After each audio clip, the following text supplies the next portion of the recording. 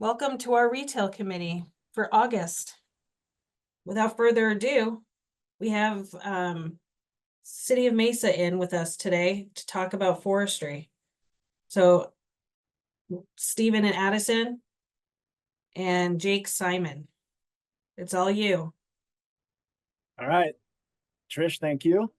We are thrilled to present during this August meeting of the Mesa Chamber of Commerce Retail Committee. Thank you everyone for attending and taking time out of your busy schedule. Small businesses are the heart of our community, and your dedication and hard work contribute immensely to our local economy and quality of life. Thank you for choosing to invest in Mesa. And I want to acknowledge and thank all of our tree care professionals and industry partners. Hope some are in the attendance today, or maybe they'll get the after committee meeting video link. But without tree care professionals and all other professional tree workers, our urban forest would suffer greatly. Their expertise and leadership is crucial for growing a greener and healthier urban forest. So today we're focusing on Mesa's urban forest. We will share about the progress of the Trees Are Cool initiative. We'll invite you to participate. We'll equip you with the knowledge to care for the trees on your properties or homes, and share how trees help you increase your revenue and save you money. My name is Stephen Addison. I'm the Urban Forest Program Manager for the City of Mesa. I've got my MPA from the U of A, bear down if anyone's out there. I've worked in municipal forestry in Arizona for 4 years, and I'm a practicing arborist.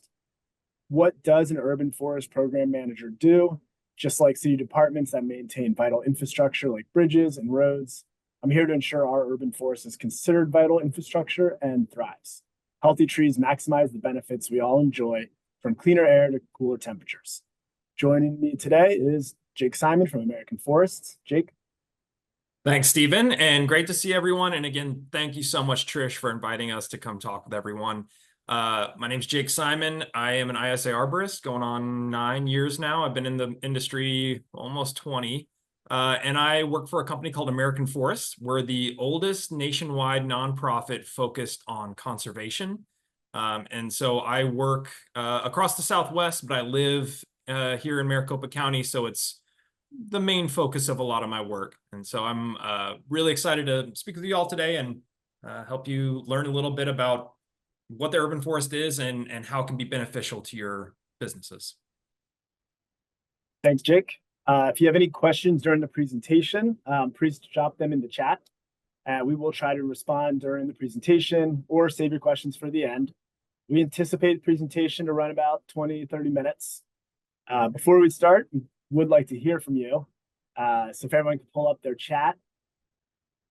In the chat, could you please answer yes or no? Have you heard about the City of Mesa Trees Are Cool initiative beyond today? Oh my gosh, seeing a lot of no's. Don't tell my boss, the mayor.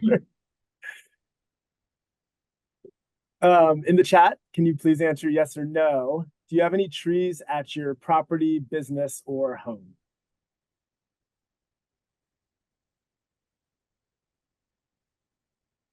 Seen a lot of yeses for that. And then in the chat, this short answer, have you ever, what like good or bad tree issues have you encountered at your property?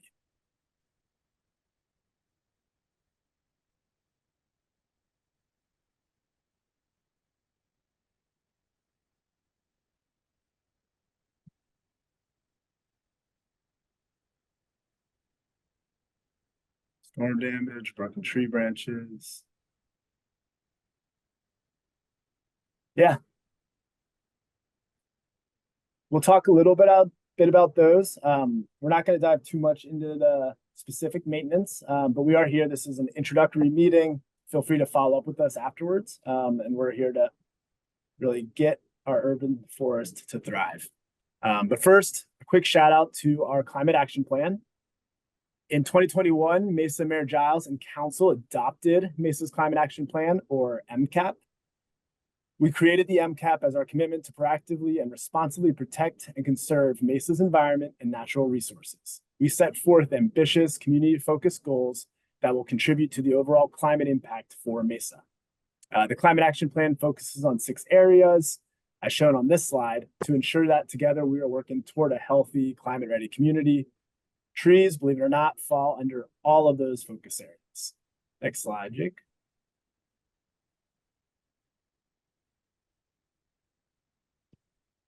To ensure the climate action plan's success, the plan was developed with public input. One of the most consistent themes that emerged from participating Mesa residents was the desire for a plan to increase shade and tree cover throughout the city. The question asked on this slide, a little hard to see up top there. What city initiatives do you think would provide the most benefits? That tall blue line, number one, was a resilient water supply. Number two, the green line, why we're here today, is a tree and shade plan. Number three, the light blue line, is an increase in renewable energy infrastructure. Next slide, Jake. This was another question posed to residents during the MCAP engagement period.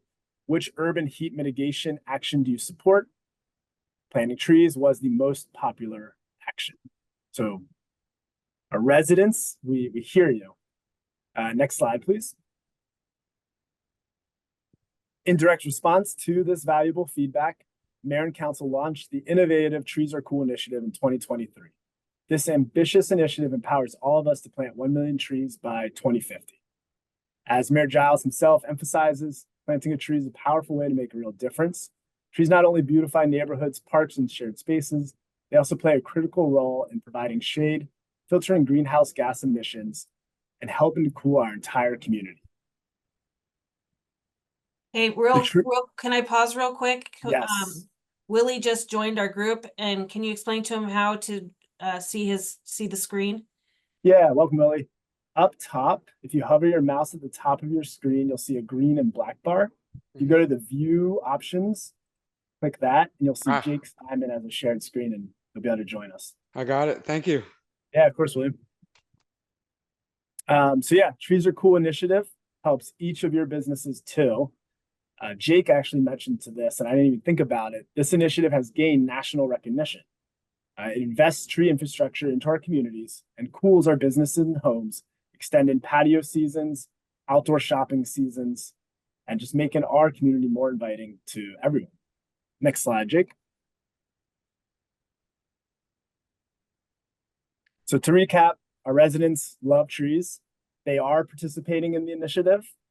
This is a snapshot of the Record Your Tree map of Mesa's progress to date for the Million Tree Initiative. This photo was taken last Friday.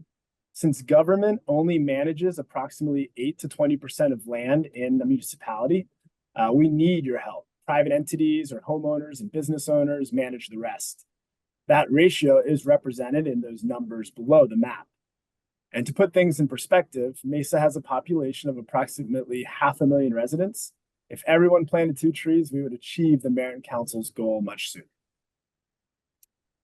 Next slide, Jake. Okay, you've heard a little background on how the tree initiative started. I'd like to dive a bit deeper into the concept of urban forestry. First, what is urban forestry? The U.S. Department of Agriculture defines an urban forest as a collection of trees and greenery within the boundaries of a city, town, or suburb. So this includes trees in parks, streets, and on private property. I'd like to use the photos to echo what is urban forestry. These photos depict 2 neighborhoods within the city of Mesa. Fuller Ranch, located at the intersection of South Gilbert Road and East Pueblo Ave, and Summer Place Green, situated at the intersection of East Southern Ave and Gilbert Road. You'll see a lot more green in here.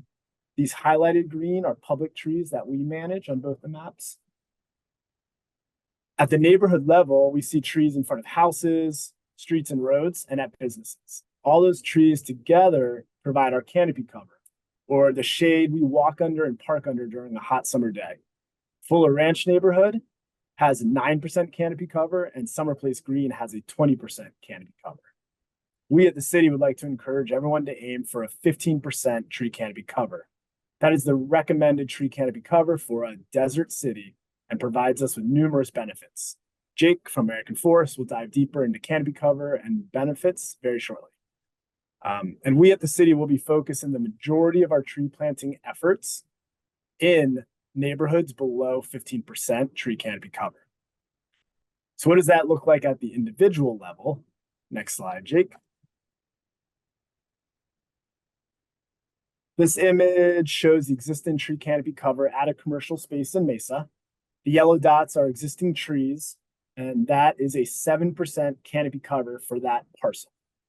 So all the yellow dots, add that up, and that gives us a 7% canopy cover. Next slide, Jake. But we can do better. We deserve to have nice landscapes, even in parking lots. Same location, the green dots are 100 additional trees that can be added in existing conditions to reach a 13% canopy cover. To reach 15%, we would need to remove asphalt. So now that we understand what 15% canopy cover looks like, Jake is going to take us a bit deeper. Jake? Thank you, Stephen. So, as Stephen said, the data is clear that residents love trees. So caring for your existing trees and planting new ones is a great way to attract customers. Also, as Stephen said, 15% coverage is the minimum you should be aiming for. It can be higher if you can support that, but really 15% is what you should be shooting for. But really, you might be wondering, how the heck do I figure out what my tree canopy percentage is on my property? Without having Stephen or myself there to do that kind of work for you. You have the benefit of using American Forest's tools. We have a totally free tool called the Tree Equity Score Analyzer for Maricopa County. You can find it at treeequityscore.org, or you can follow that QR code there.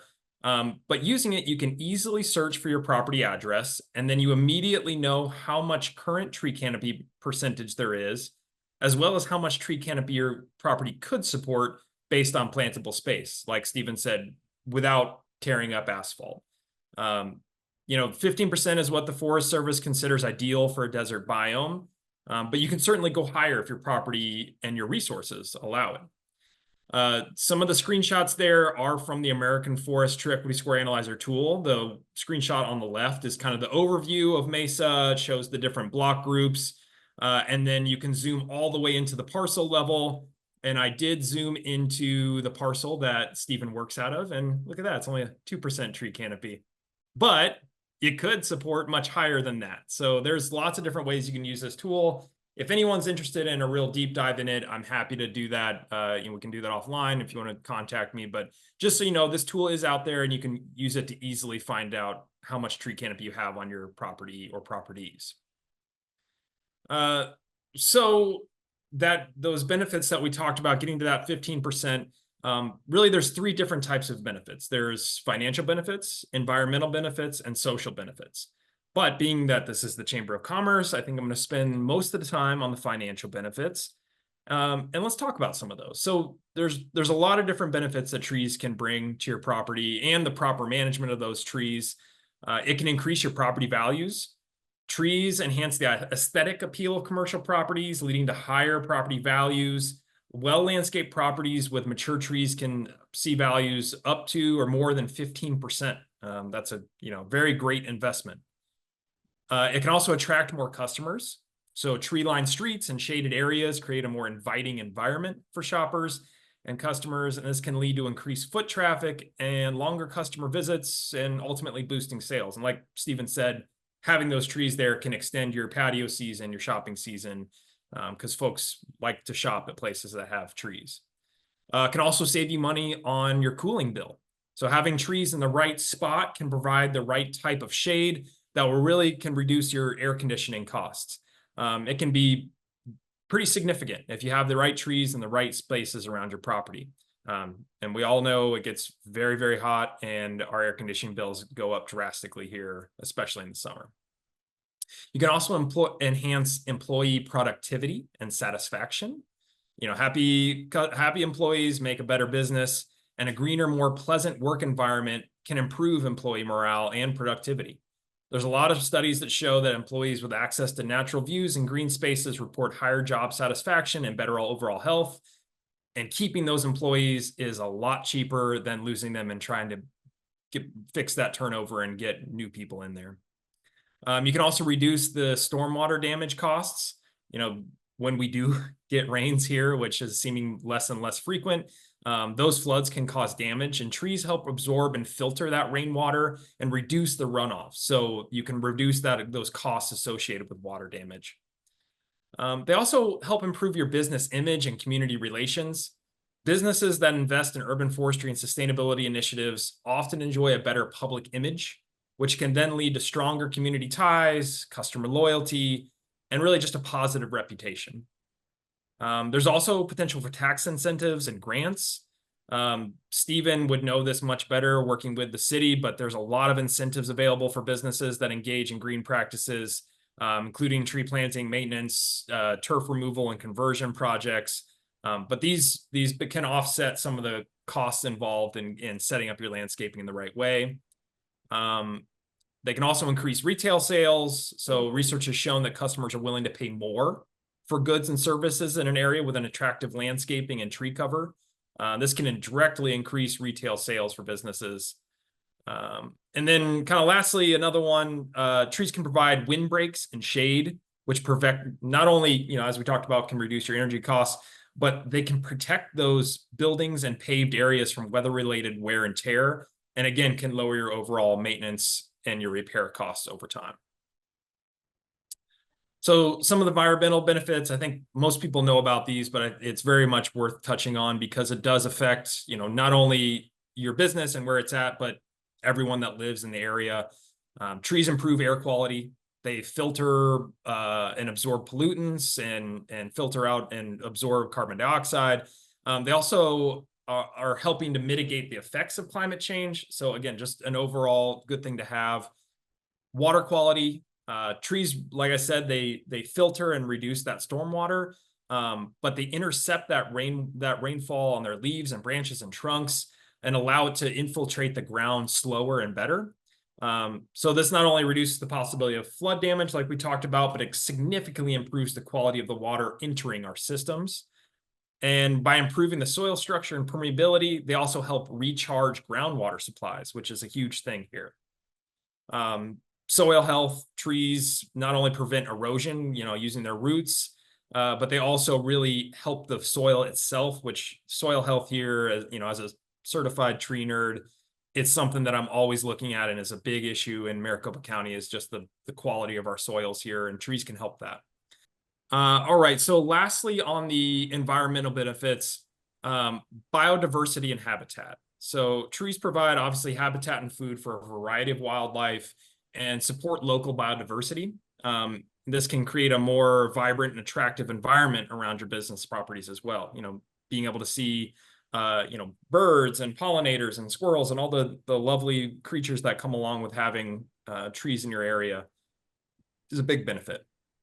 Green spaces with diverse plantings can become like mini ecosystems that support pollinators like bees and butterflies, which are crucial to the overall health of the urban forest.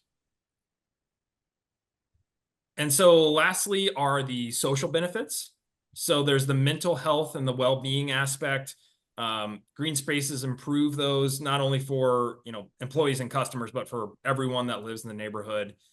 They provide recreational spaces and encourage outdoor activities.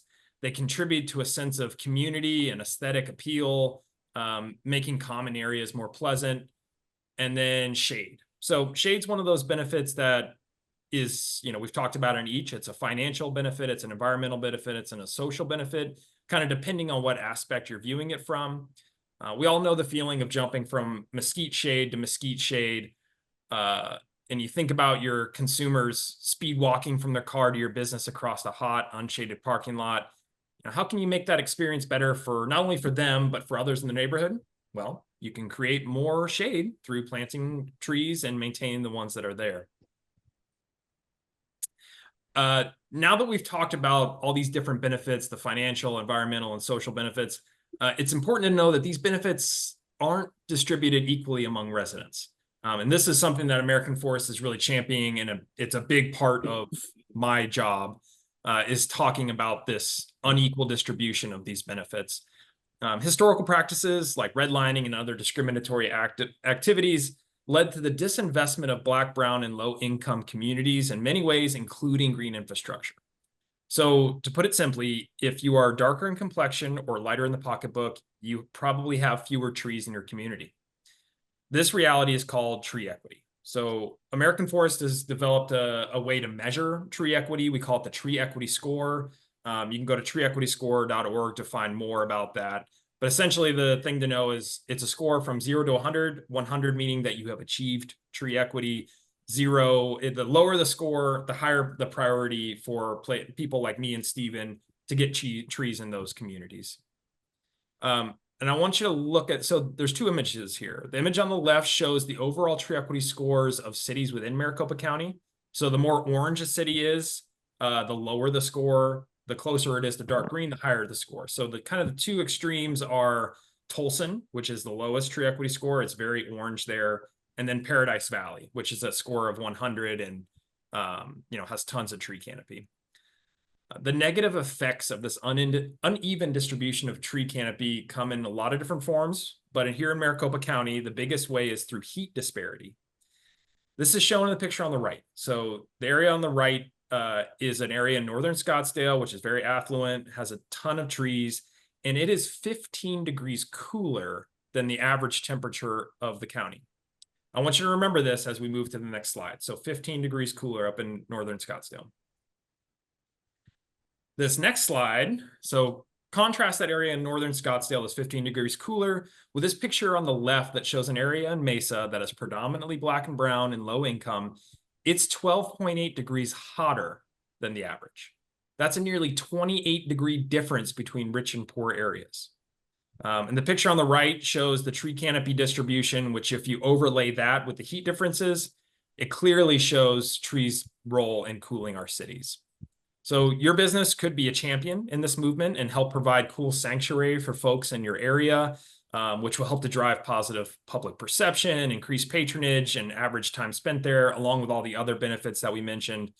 But there are a ton of different ways to help improve tree equity in our cities. And if you're interested about learning more about this and interacting and being a part of this, please contact me after the presentation and we can get into that and figure out how you can be a part of this. So I'm going to pass back to Steven now to talk about trees and how they can work around your business. I guess Thanks, Jake. Okay, good. All right, And thanks everyone for sticking with us with that transfer. So now that we understand the importance of having trees in our community, we'll guide you in selecting the perfect tree for your property. We'll share visual examples after the slide, but feel free to reach out post-presentation with any tree-specific questions. We won't have time to cover all the characteristics of each tree. Before I dive in, I want to pull up the chat again. If anyone would like to put in maybe some trees they have on their property, I think that'd be interesting. Or maybe trees they'd like to have on their property. So I see ficus.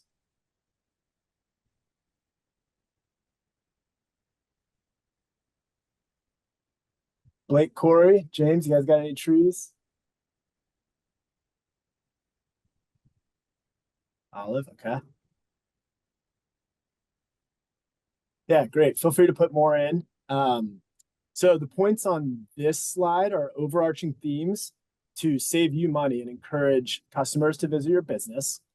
We encourage to focus on native or desert adaptive trees. They're water wise, cost effective, and better suited to our climate. So non-native trees often require more money to care for the tree and just more money in the long run. Second, plan ahead for future growth or consider the tree's placement. If planted in the right location, you know how a single trunk tree will grow versus one of those multi-trunk native trees. And you can anticipate how to balance that clear line of sight to your retail signage with a beautiful tree. In fact, if the right tree is planted in the right place at the start, the tree won't interfere with your signage and you won't have to prematurely remove it or overly care for it. Trees are a long-term investment, and we want you to stay in the green with your tree investment. I know the stock market's very volatile, tree market's not very volatile. All trees need adequate soil volume. This prevents common issues like tree blowover. So if you rent, advocate to your property managers to increase the tree planting spaces with any new development opportunities when they present themselves. I like to encourage design as well that allow trees to be trees asphalt to be asphalt. The proper design will save you money instead of having to force trees into the wrong place and manage competing goals such as shade and cleanliness for your guests. Lastly, install and maintain drip irrigation lines to your trees. Across the valley, we are losing trees to the heat, drought, and improper watering. I suggest scheduling an annual inspection for your irrigation lines. That'll help conserve water, optimize tree health, ensure your systems functions correctly, and save you money in the long run. So we're gonna do a lightning round right now. Next slide, Jake. Some of our recommended trees. We'll do about 2 to 3 points per tree. And again, reach out if you have any other specific questions. So this is the ironwood. This tree is very good in front of your business. Pay attention to this photo and the next 3. They have a very, very clear line of sight. It's my favorite tree. I consider them the saguaro of trees. It's one of the most important and oldest plants in the Sonoran Desert. They stand up to the urban environment. I've seen cars hit ironwoods and the tree survives. They have thorns on them, so they do keep customers away. So it's just important to consider when you're placing it. Next slide, Jake. Thank you. This tree is the Southern Live Oak. When business owners describe to me their perfect tree for in front of their business, they are thinking about the Southern Live Oak. This desert adapted single trunk tree has an ideal shape and architecture for the urban environment. You'll see that very straight form, strong trunk, lush canopy, and across the US, oaks are resilient superheroes that continue to thrive. Next slide, Jake. This is the mulga. This has become a very popular choice in the Phoenix Valley. It's that tree right in the middle of the light rail. And they've become very popular in Phoenix due to its single trunk form and ease of care. They work well on streets. This is a good time to introduce my friend biodiversity. It's essential to consider the long-term health of our urban forest. While the mulga offers benefits, us relying solely on one species can be risky. I've seen mulgas pop up everywhere, so we want a diverse tree canopy. That's crucial to protect against widespread pest or disease outbreaks. So if all mulgas get infected, we would lose a lot of trees. Kind of like a business, we want to have a diverse customer base. Next slide, Jake. The next 3 slides, these are those kind of wide trees that need space to grow horizontal. Too often I see us forcing these trees into tight spaces, such as right-of-ways or parking lot islands, only to be pruned up into an unsafe lollipop form. So pay attention to these photos as well and look at that tree shape. This is the blue Palo Verde. It's the state tree of Arizona. It's a unique bluish green bark. It's just a very beautiful, resilient desert tree. It can survive sunny, hot Arizona summers and withstand temperatures down to 12 degrees Fahrenheit. And look at those beautiful flowers. Next slide, Jake. This is desert willow. This tree won't grow as tall as the Southern Live Oak, needs the horizontal space to thrive. And sometimes you can get a desert willow with a nice single trunk-like architecture, but they have a high drought and salt tolerance, survive with very little watering. While it might be seasonally messy with seed pods and flowers, those colors are worth it, and I believe it's no messier than your dog or cat. Their flowers attract hummingbirds, butterflies, other pollinators. It's one of those trees that when my friends from out of town visit, we get a coffee or a meal at a restaurant, they love to watch the hummingbirds jump from flower to flower. Next slide, Jake. This is the velvet mesquite.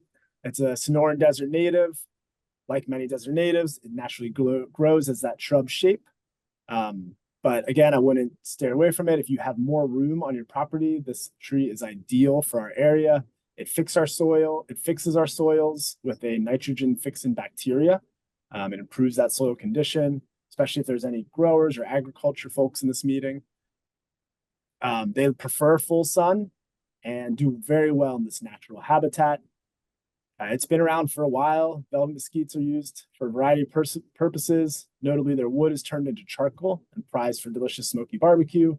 Seed pods are ground together and turned into flour, still used by the Tohono O'odham people. and it's becoming commercially viable. It's amazing what trees provide us. Next slide, Jake. And I'll finish my section. This is the Lysoloma. It's a fast-growing small tree, and it's ideal around built infrastructure because we can predict that size. That photo is what you get with a Lysoloma.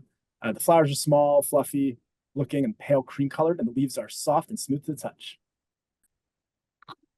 Okay, thank you, Stephen. So there's often kind of a trade-off with native species. They do very well with low water and extreme heat, but they grow a little slower, and sometimes they're not the best for shade. So if you're looking for a species of tree that you can put around your patio to cool your sidewalks, around your, a lot of parking areas, things like that, a couple of really great options we're going to go through now. One of my favorites is a red push pistache. It's got a different cultivar of a Chinese pistache, but it does much better in our ecosystem. Real low water use, real high heat tolerance, and it's got these just beautiful, beautiful fall colors. You can see why it's called the red push pistache. Extremely popular, especially City of Scottsdale. If you go down Indian School Road, they just line it and on both sides of the street, and just in the fall, it's breathtaking, some of those colors.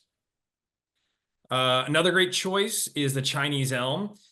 These do better in your areas that have, either around turf or things like that. I wouldn't necessarily put them along the streets just because some of that reflective heat can damage them. But I have a Chinese elm in my backyard that gets almost no irrigation and is just absolutely robust, provides a ton of shade to the backyard. And again, can do very well on low water and grow very large and have a lot of shade that come from it. And lastly, here is the chase tree. These really have these beautiful purple flowers that come off of them and these blooms. And they really attract hummingbirds and butterflies just so much. So like Stephen was saying, if you're out with folks, having a coffee, it's great to watch the hummingbirds and the butterflies go around these different blooms. So those are some of the options that work very well for shade. And a mix of both native and non-native is totally good and totally fine here. There is no native urban trees because our ecology in the city functions very differently than native environment. So don't be afraid to kind of think outside the box and use a non-native tree, as long as it's not invasive, which Stephen and I can help you with that distinction offline. So we've gone through the trees that you should plant. It is important for us to note at least some of the trees that you probably should not plant. Three of the biggest offenders that Stephen and I see a lot are the sisu, the ash, and pine trees. Sisu's on the far left there. It's native to India and does very well in the desert, but its roots regularly produce sprouts, and it really shouldn't be close to any sidewalks or buildings. The roots can lift cement or damage a structure's foundation. They get into a lot of issues with those roots. Ash trees, they don't tolerate the extreme heat very well. They're high water use, and they're very vulnerable to a lot of different diseases. And then pines. Pines don't belong in the desert. They need a ton of water. They don't tolerate extreme heat. You see a lot of pine trees around. Someone thought that was a great idea 50 years or so ago. And especially with the way things are getting more extreme in terms of heat, pines are just, they're not going to be around here. So don't waste your time or money planting pines.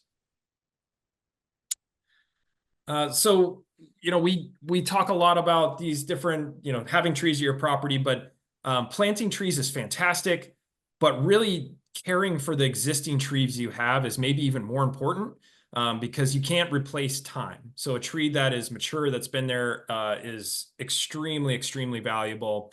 So when trees are being planted at your property, there's a couple things you want to look for. You want to ensure that there's proper space for that tree to grow and thrive. You can see one of the pictures I took at a business. That tree is planted in what Stephen and I sometimes call tree coffins. That's my shoe pair for scale. That tree has no space to grow. Those roots have no space to thrive. And realistically, that tree is going to be dead very soon and probably topple over into that parking lot, which is a big liability issue. So you want to ensure there's proper space to the planting. When trees are planted, they're going to a lot of times come with a nursery stake.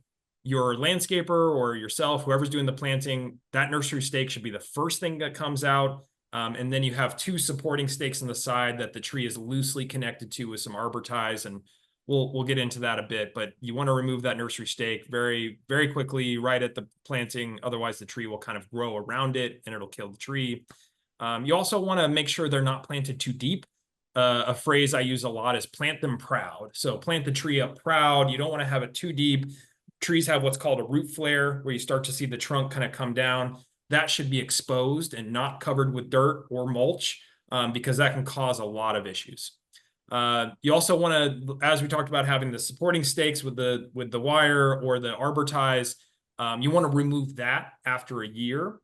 Trees are a lot like people, you know, the stress of the winds kind of blow them around a little bit. They need that to be able to function and grow. That reactionary wood and be strong.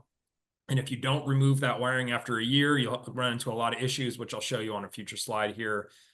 You also want to give a tree time to develop. So in most cases, you don't want to start pruning a tree until after 2 years. You know, give it time to get settled, get it established, and then schedule pruning every 4 to 5 years. I can't tell you how often I talk with folks that they have their trees scheduled to be pruned every year.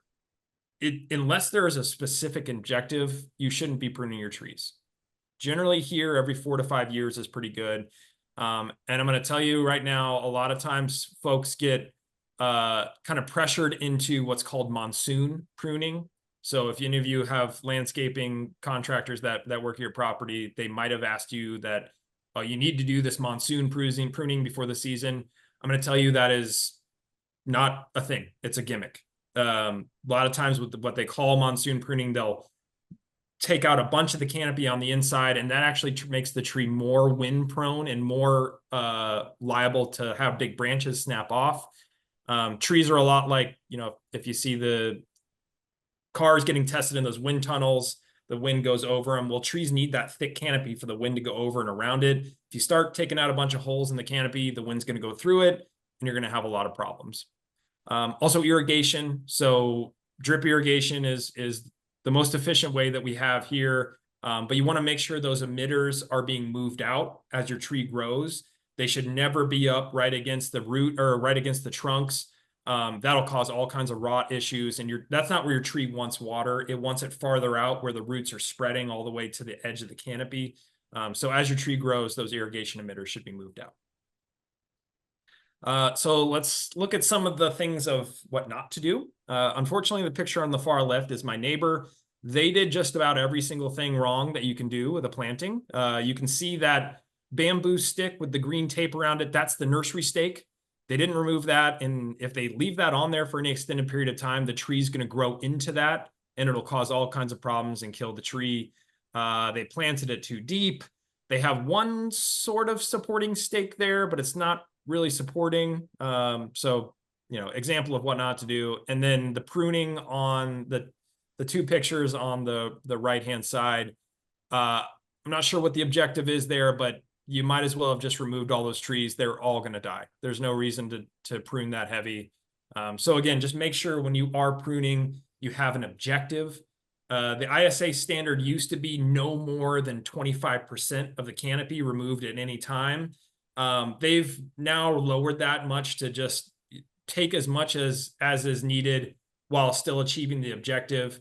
Usually that's no more than 5 to 10% of the canopy. So in a lot of cases, lighter is better. And here's an example of why you need to remove the staking after a year. So this tree was staked fairly well. You can see the stakes on the sides. They had some wire holding the tree up, supporting it, but they didn't remove it for many, many years. And now the tree has fully grown into that wire. You can see the wire is like sticking straight out of the middle of the tree. So that wire was surrounding the tree. The tree grows out, and it overlaps that wire. And now that wire is literally strangling it from the inside. It's called girdling. So all those trees are going to die simply because they didn't take, 5 minutes to remove those stakes after a year. So some of the examples of just really how your trees could be, Stephen and I could give a whole hour presentation on just how to care for your trees, but these are some of the most egregious things that we see all the time. So something to look out for on your properties. So when you are hiring a contractor to work on your property, there's a couple of things you want to look for. How do you know if it's a good contractor or not? Well, first of all, do they carry a credential? There's a lot of different credentials out there, but around here, Smartscape is a very good one. And then, of course, they should have an ISA arborist on staff. But just because they have an arborist on staff, that arborist really should be the one out overseeing the work and making sure that it's done properly. So just ask the people that are, your contractors, like, do you have an ISA arborist on staff? How involved are they in the training of the guys that are going to be on our site? Are they properly planting and pruning? So if they're doing the type of things that we're talking about, planting it properly, only pruning what's needed and no more, they're not. No. He's frozen. Sorry. Oh, there you We're back. are. Oh, great. I'm having connectivity issues. Wow. All the things are aligning here. I'm not sure where I cut out at. Properly pruning. Properly pruning. Right. So are they leaving stubs of the branches when they prune? The kind of the rule of thumb that the stub that they leave should not be more than what you could hang your hat on. So if it's any real amount of stub, they're not pruning properly. They're not bringing it back to where they should, to the branch bark collar. And again, are they pushing unnecessary work like monsoon pruning? You can also check your contracts to be ensure that they're being fulfilled. A lot of times I go to help folks and I look at their contracts, and things that are in their contract just aren't being done. So good to review that yearly to make sure things are being done. There's also a link here to some sample contract language that the City of Mesa supports. We'll send this out as a PDF, so you'll be able to click that. Also, I wanted to draw attention to Valley Leadership's Impact Makers Tree Equity Score Business Toolkit. You can follow the QR code to find that there, but if you search Valley Leadership Impact Makers and go to the Environmental Impact Maker group, you'll find this. Really great step-by-step guide for businesses on how to hire a contractor, what kind of grants are available in City of Mesa, all kinds of things that Stephen and I are talking about here that are in this handy toolkit. So I'm going to hand it back over to Stephen to talk about how we can all work together to achieve these goals. Thanks, Jake. Yeah, and thanks for sticking with us. I'll wrap this up in about a minute. I'm not going to go over each of these, but now that you all love trees, here is what you can do. We're to work together and get to that million tree initiative goal. So of course, you can plant a new tree. If you have open space at your property, considering hiring a professional. If you're a homeowner, you can participate. SRP gives out free trees. If you're the Mesa Electric boundary, we give out shade trees, and it's on our Trees Are Cool website. One of the events are coming up. If you live in a neighborhood, in reality, just if you're interested in any of this, contact me and we can try to figure out something to get trees to you, to your neighborhood. We have different programs that are distributing trees at no cost or low cost. Next slide, Jake. We have a tree steward program going on. Jake is organizing or supporting that with the Arizona Sustainability Alliance. We're going to meet for one Saturday in October and one Saturday in November. You'll take what you just heard today and really become a neighborhood level expert on tree care. At the end of it, we'll plant 100 trees in Mesa. So if you're interested, all the info sessions are over, but you can email Jake or I after, and we can get you that information. There's going to be 3 years of this, so if you miss it this year, we'll be doing it next year. Next slide. Lastly, if you ever come across a public property issue in the City of Mesa, we have this CityLink website where you can report the issues, such as a downed tree. Maybe you see something that just doesn't look right with the tree in a park, let us know. This is for potholes too and other things. But yeah, we appreciate the help. We can't be everywhere. And last slide, and I believe that's it. There's our contact information. I hope y'all reach out. I hope you enjoyed today's presentation, and thank you for attending. Thank you for sticking with us. Trish, thank you for having us. And yeah, we're open for any questions if you have any. I Thank just wanted to you, say thank Jake. you, guys.